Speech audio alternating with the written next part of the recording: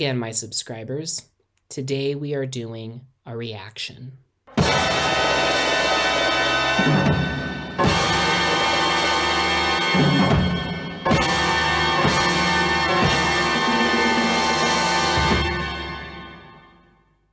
Today I'm going to dive into the world of Decker Shado, the internet personality with the best hair, as he calls himself. And today he is reviewing The Mummy, the Stephen Sommers classic starring Academy Award winner Brendan Fraser. I love saying that. So, let's dive in. Get ready for it. For what? We're about to be shown the way.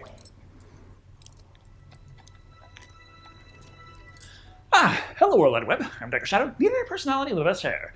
And the entire internet appears to be in love with Brendan Fraser at the moment. Yes, his acting career has been kind of on the back burner for quite a while now, with several big projects he's been working on ending up being things such as Batgirl. But with The Whale, some say he's finally getting the recognition he deserves and indeed used to have. Not that you would know it from watching my videos. The only Brendan Fraser movie I ever reviewed was Monkey Bone, and I don't even like my review of it. So it would be best for us to appreciate Brendan's work with a look at the classic Brendan Fraser movie, The Mummy. Released in 1999, The Mummy sought to harken back to the stories of old with classic adventure tales mixed with the old mystical monster horror tales of the undead from ancient Egypt, the mummies. And it being from 1999, absolutely everything is covered in cutting-edge but not necessarily very good-looking CGI, which was his style at the time. In any case, Brendan plays our lead, Rick O'Connell, adventurer and treasure hunter by trade. Rick finds himself in Egypt in the mid-1920s, when digging up ancient Egyptian tombs was kind of in vogue. However, legends of lost cities and ancient curses seem to be more than just talk when an ancient curse resurrects a mummy so powerful and dangerous, he's not just a mummy, no, he is the mummy, resulting in an adventure so epic and terrifying that the whole movie is over 2 hours long. So Yes, let's take a look at The Mummy and see if this ancient relic still has some spark to it. Our story opens up with sweeping special effects shots of the pyramids of Giza and the Sphinx in construction as we are in ancient Egypt, specifically Thebes, city of the living. dripping with artistic license to move all of the recognizable monuments over there. It's a lot easier than just setting the movie in Cairo. Pharaoh Seti I, played by Aaron Epele, anachronistically rules here in 1290 BC, and has a high priest who just so happens to be named Imhotep, played by Arnold Vosloo. Not to mention Seti's banging-ass mistress, Ankh-Su-Namun, played by Patricia Velasquez, in an outfit that is about 95% body paint, which means when Imhotep and her go behind Pharaoh's back for some forbidden fondling, Yatamikatan.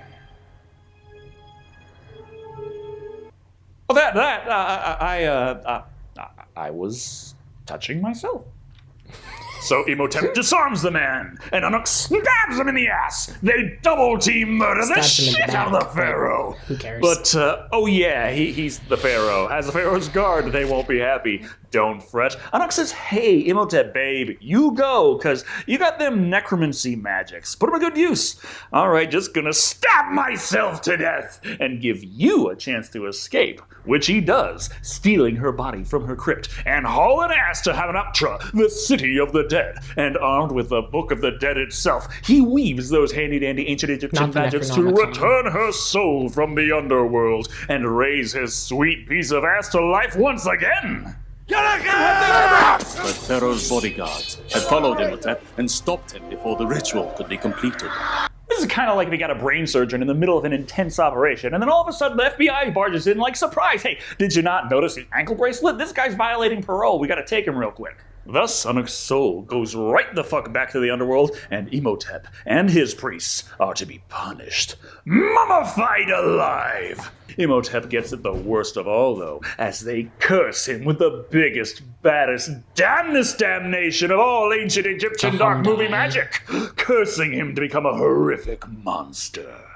A plague upon mankind, an unholy flesh-eater with the strength of ages, power over the sands, and the glory of invincibility. Which, strangely enough, also happens to have immortality, superpowers, and invincibility thrown in there. That'll show him. That taken care of, we suddenly jump ahead over 3,200 years later to 1923. The French are in Hamunaptra, but they have that American with them, Rick O'Connell, played by Brendan Fraser. Good thing, too, as they face a massive army, headed by Ardeth Bay, played by Oded Fehr.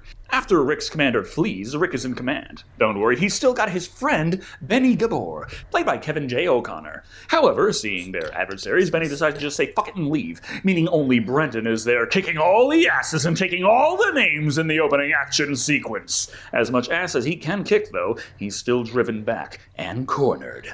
But then the enemies just turn around and skedaddle. That's because where Rick has ended up is not the safest of places.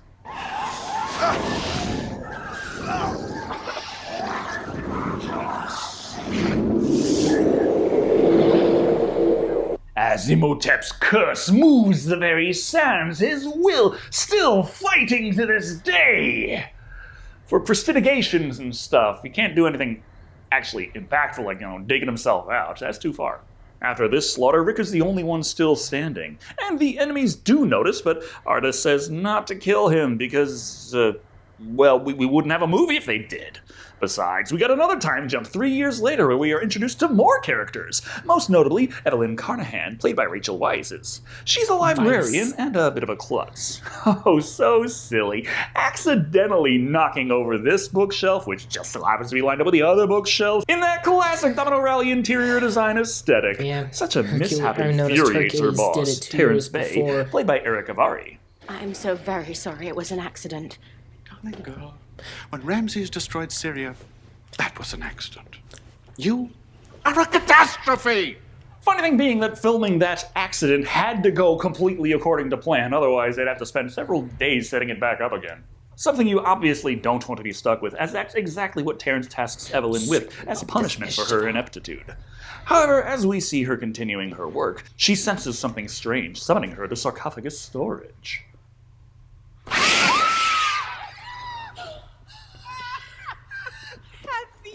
No respect for the dead. Ah, come on. Old actor Stevie hasn't done a good prank in millennia. This would be Evelyn's brother, Jonathan, played by John Hanna. He's here because he just so happens to have got a handy-dandy ancient Egyptian MacGuffin that he found in a dig in Thebes. Today's generation, Opening it up, Evelyn discovers a map. This appears to show the way to the legendary city of Hamunaptra, which would be a major discovery for the archaeological community. Terrence doesn't quite believe in its validity, and whoopsie-daisy accidentally burns the map, destroying the part showing how to get to Hamunaptra.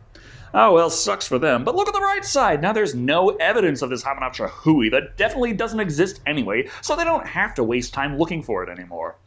Or they could just look into the man who Jonathan stole the map from in the first place. Yeah, the dig story was bullshit, but it's not all bad. They found the mystery man rotting away in a prison cell.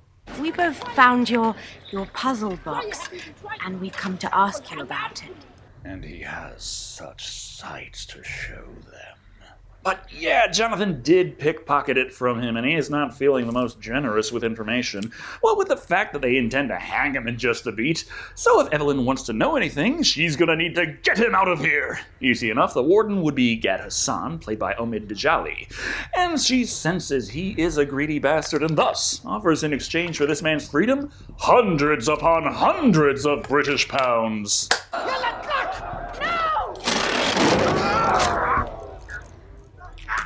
Fun fact, Brendan actually got strangled pretty badly while filming the scene and had to be resuscitated. Wait, how the hell is that fun? At the very least, Evelyn tainted into this shit and quickly tells Hassan that this man knows the location of Hamunaptra and the treasures within, which he will be getting a percentage of if they let him live. Thus, Rick is cut down and can work as their guide to the lost city. Though Evelyn would have preferred the map, honestly. Personally, I think he's filthy, rude, a complete scoundrel. I don't like him one bit. Anyone I know? Oh. Until she realizes it's Brendan Fraser. And not even modern middle-aged Brendan Fraser, hot, young George of the Jungle Brendan Fraser. But she has to pretend like she doesn't mind, so we can drag that love interest out for the next hour and a half. Don't worry, they have plenty to fill out the running time. Hassan has even come to be the comic relief. And when they hop on the boat to depart, they discover that there happens to be a group of Americans who are also seeking the lost city of Hamunaptra. A group of gamblers. They make a bet with O'Connell that they'll reach the city before he does. All right, you're on. What makes you so confident, sir? What makes you? Well, we got us a man who's actually been there. Oh, what a coincidence, because I followed. Someone get that man away from the poker table. He's got the bluffing skills of a drunken goat. In any case, they have their gentleman's wager, and Rick can get back to preparing for Hamunaptra like he's preparing to enter a portal on Mars straight into hell. Evelyn thinks all this talk of evil and curses is just superstitious mumbo-jumbo, though, and that they're more likely to find the legendary Book of the Dead than they are to find something like a Deadite. But Rick isn't gonna drop his guard for even a moment, as there is evil afoot. Surprise! Benny! What a surprise! The American's Guide to Hamunaptra just so happens to be the only other character established to have gone to Hamunaptra and not shown being killed. Who could have seen that coming? This gives them a chance to catch up and see how things are going with each other. Rick knows Benny can understand what it feels like to be left to die as he throws him overboard. But as it turns out, this merely keeps him out of the way of the incoming action scene. Black-cloaked attackers demand the map and the key. So a fight breaks out, as well as a fire. All hell breaks loose as they must fight to survive. Rick has no problem dual-wielding his way to victory, and as one could imagine, the Americans have plenty of guns to hold back the assault, allowing all the important characters to escape into the Nile, barely surviving. It looks to me like I've got all the horses! Hey, Benny! Looks to me like you're on the wrong side of the river! The Nile's over 1.5 miles wide. God damn, you guys got some serious lungs. And eyes, for that matter. But who needs horses anyway when you can spend a scene to quickly buy up a few camels to carry you over the dunes? Camels are the only way to travel in the desert, riding all through the day, all the way into day for night, all the while being watched. Day for night, I love it. Ay, Sahara Olympic Talao. Yeah, totally not your fault for letting him live. Just, strong one there. Real strong. Not my fault for not beheading him. He probably would have survived that too. This means that all the groups have managed to meet back up, as it just so happens to be that there is one specific spot that you have to wait at during sunrise, as that sunrise will reveal the location of Hamunaptra. So that bet for who will reach the city first turns into a race. Rick tears up the sand on his camel, while Benny fights dirty. Just gives O'Connell the green light to fight even dirtier, easily winning the bet. But now the real work begins, the search for treasure. Evelyn is all about the Book of the Dead, but the Americans are here in search of a golden book that should fetch quite the coin. To avoid the ire of the Americans, Evelyn proposes that the four of them try to dig up from underneath the statue that the book was supposed to reside inside. However, they instead discover a sarcophagus that was buried far, far below the statue. He must have been someone of great importance. Or he did something very naughty. Or ancient Egyptian prank channels were fucking crazy. Hey guys, I think I found more hieroglyphs over here. To unlock eternal entertainment, subscribe. Like the video, purchase the movie in the description. Hey, what does affiliate link mean? So they need to open it. But how? Well, the people who attacked them on the boat just so happen to refer to that puzzle box as the key, and it just so happens to fit snugly in this indentation on the sarcophagus. However, while this was going on, Hassan was off trying to steal scarab jewels for his own profit, but they turned out to be real CGI scarabs who burrowed into his skin, driving him to scream and run in terror.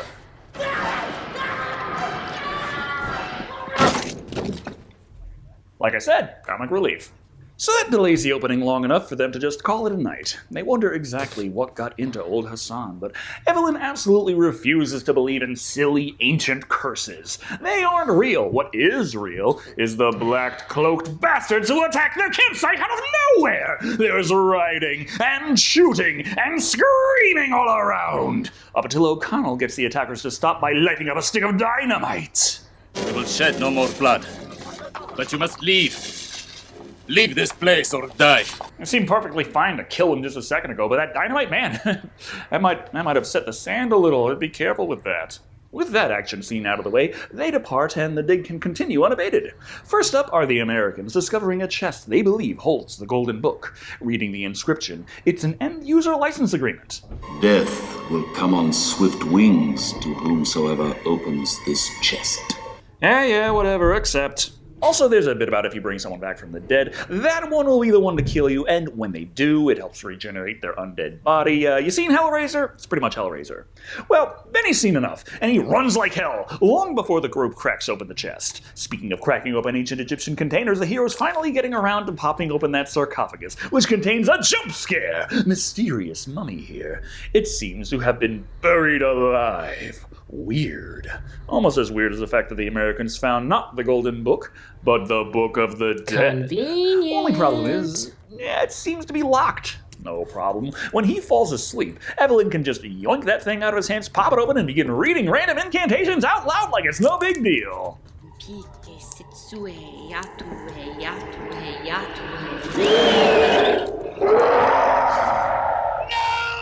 Oh, calm down. You know for its time, this CGI was actually considered good.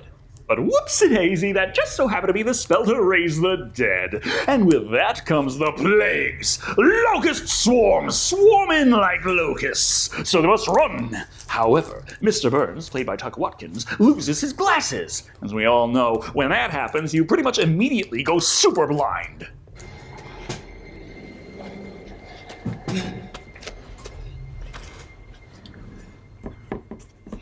Someone help me! Everything is slightly blurrier and it's kind of hard to read. As he is unable to see anything at all, he has no way of knowing that the mummy has come for him. But he survives. At least long enough for Evelyn to find him again. Just starting to get scared. I've lost everyone.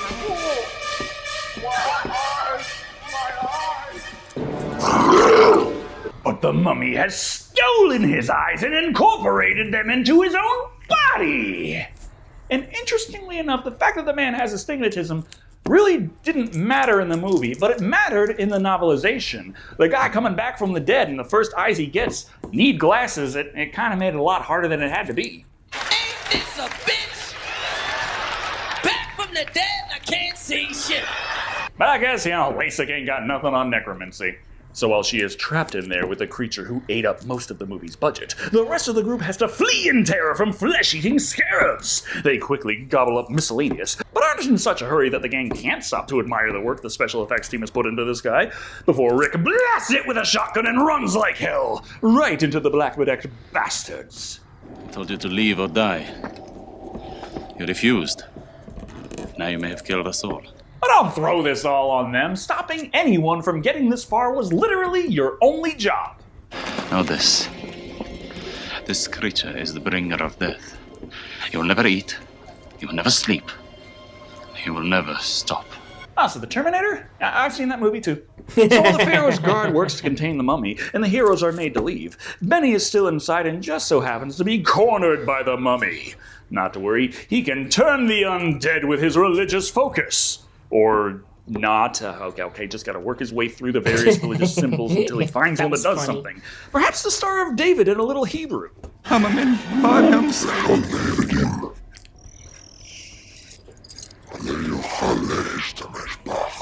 And so he's got a new job. Seems he's doing the best out of all of them so far. As the rest of the group is headed for the hills, now there's dissenting opinions as to exactly what course of action this adventure should take. Rick thinks they should all just say fuck it and leave, but Evelyn believes that because they caused this mess, it's their responsibility to set things right. That is not like the problems they cause are just showing up on their doorstep. Except, of course, for the mummy that still needs to finish sucking the life out of Mr. Burns. Then the waters of Egypt run red as blood, and giant flaming rocks begin raining from the sky. Rick shoots the mummy, but considering the shotgun didn't work and it was but half this strong, it doesn't slow him down one bit. But you know what does? As Doug Walker would say, cat! A cat, a small, common, lightweight creature that people commonly keep as pets, and they could easily bring with them wherever they go. So they don't. And it's not like they didn't notice. They question why the cat worked so well, and Terrence explains that cats are the guardians of the underworld, and until Imhotep is 100%, they are a threat to his rebirth. Also, just so you know, Terrence and Ardeth go way back, trying to prevent Imhotep's return, 3,000-year secret society, all that jazz. Also, he probably wants to kill Evelyn to help bring Imhotep back to life as well. Been on the back burner for a while, so gotta keep the mummy from fully regenerating, and he wants to eat everyone who opened the chest. All are present except for the Egyptologist. So Rick decides that they need to split up. One group guards Evelyn, the other heads out to retrieve Imhotep's midnight snack. As such, they are all well and truly too late, and the constantly increasing mummy powers means he has no problem at all zooming his way back over there, eating up another American, and getting up close and personal with Evelyn. Until Rick swoops in to save the day. Look at I got it.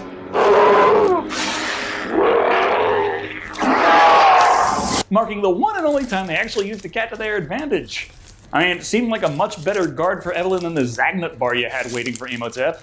But hey, why do something that works? We still got 40 minutes of movie left. As such, we never see a cat again. Besides, we need a more convoluted means to defeat the mummy.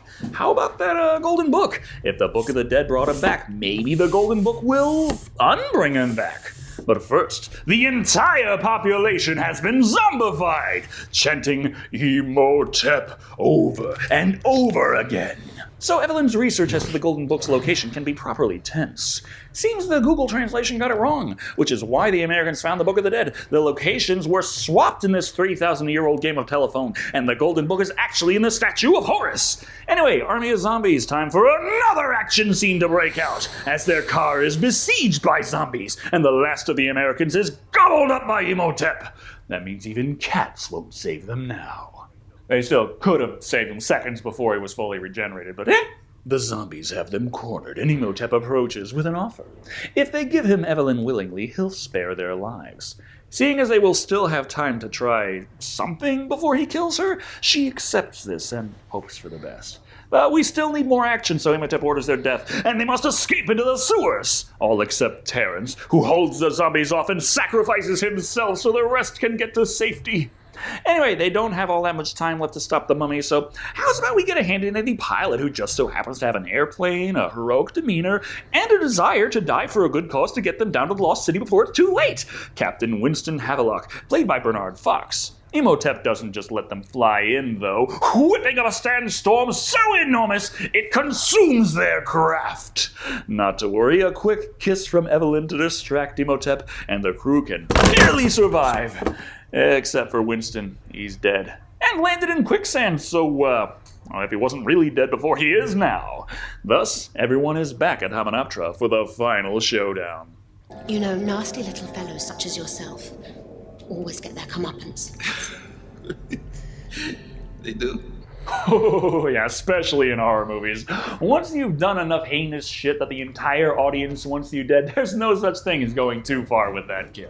As Imhotep uses dark magics to resurrect his old mummified priests to assist as well, Rick, Jonathan, and Ardeth dig their way back into Hamunaptra and discover a vast chamber just filled with treasures and mummies. Thus, an action scene breaks out. They must fight while Imhotep ties Evelyn down and prepares the ritual to resurrect his lost love.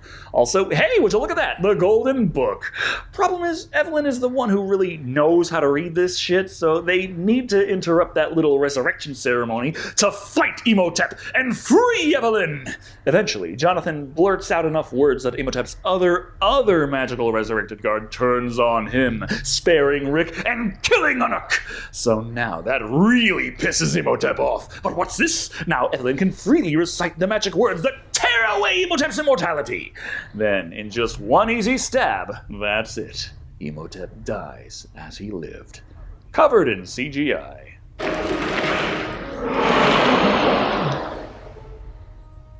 Death is only the beginning.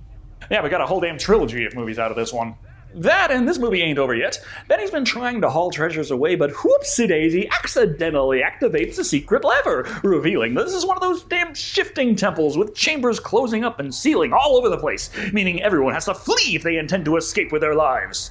As the big bad has already been defeated, they don't have too much difficulty here, except for Benny, who has found himself trapped inside the treasure room in total and complete darkness. But once he lights his torch, it's really not that much better.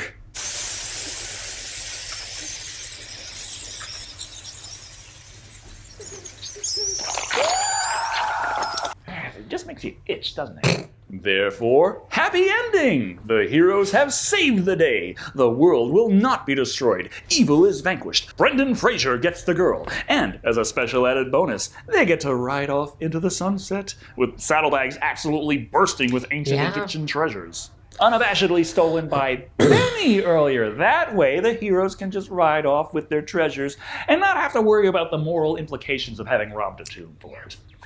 Anyway, that was The Mummy. Quite an adventure indeed. This was a long one, but most certainly a fun one. It ain't perfect, as many times characters decided courses of action very clearly working against their best interests, as it was transparently a means to keep the movie going. But at least the movie was certainly worth watching. It's also very much a product of its time, which is kind of funny to say considering when it came out, it seemed to be trying to harken back to the Mummy movies of old, that classic adventure horror subgenre of film, fondly remembered but without any modern contemporaries to show for it. However, due to the visual style of being oh so damn 1999, the execution is more akin to something like Bomberman Act Zero, with one big important difference being that people actually enjoy The Mummy, and it's easy to see why. The movie is simply a blast. It's no wonder it made for a popular amusement park attraction when the film itself is already a roller coaster ride. The action is exciting, the pacing is alright. The movie never felt boring, but some of the mathematically mandated jump scares stood out quite a bit more than others. Which is the second part of this movie, its horror side. Not too bad, though the focus being more on action leads to the horror being more about jump scares. There are a few attempts at building suspense and dread, but they aren't given nearly enough time to really be effective. The decomposing form of Imhotep himself does a decent job of body horror, but let's face it, you're here for the action. At the end of the day, The Mummy remains a well-loved Brendan Fraser movie because it is simply an enjoyable watch, knows what it is, and does it fantastically. That kind of popcorn entertainment that churns out gourmet popcorn, coming in at 4 flesh-eating scarabs out of 5. It's one of those movies where the 2 hours really don't feel like 2 hours. Though if it had all the suspense that I would have wanted for horror, then probably would have been 5. Anyway, thank you all for watching. I've been Dr. Shado. And remember, CGI ages very quickly. Kind of ironic for a mummy.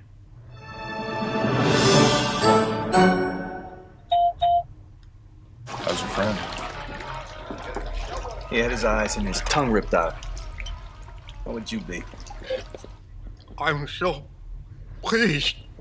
Oh, I have come back from the dead to get you to subscribe. I am cursed for all eternity to beg for likes to please the algorithm. A person coming back from the dead and eating people to reconstitute themselves. Hellraiser did a whole summer there. Recommended algorithmically selected video.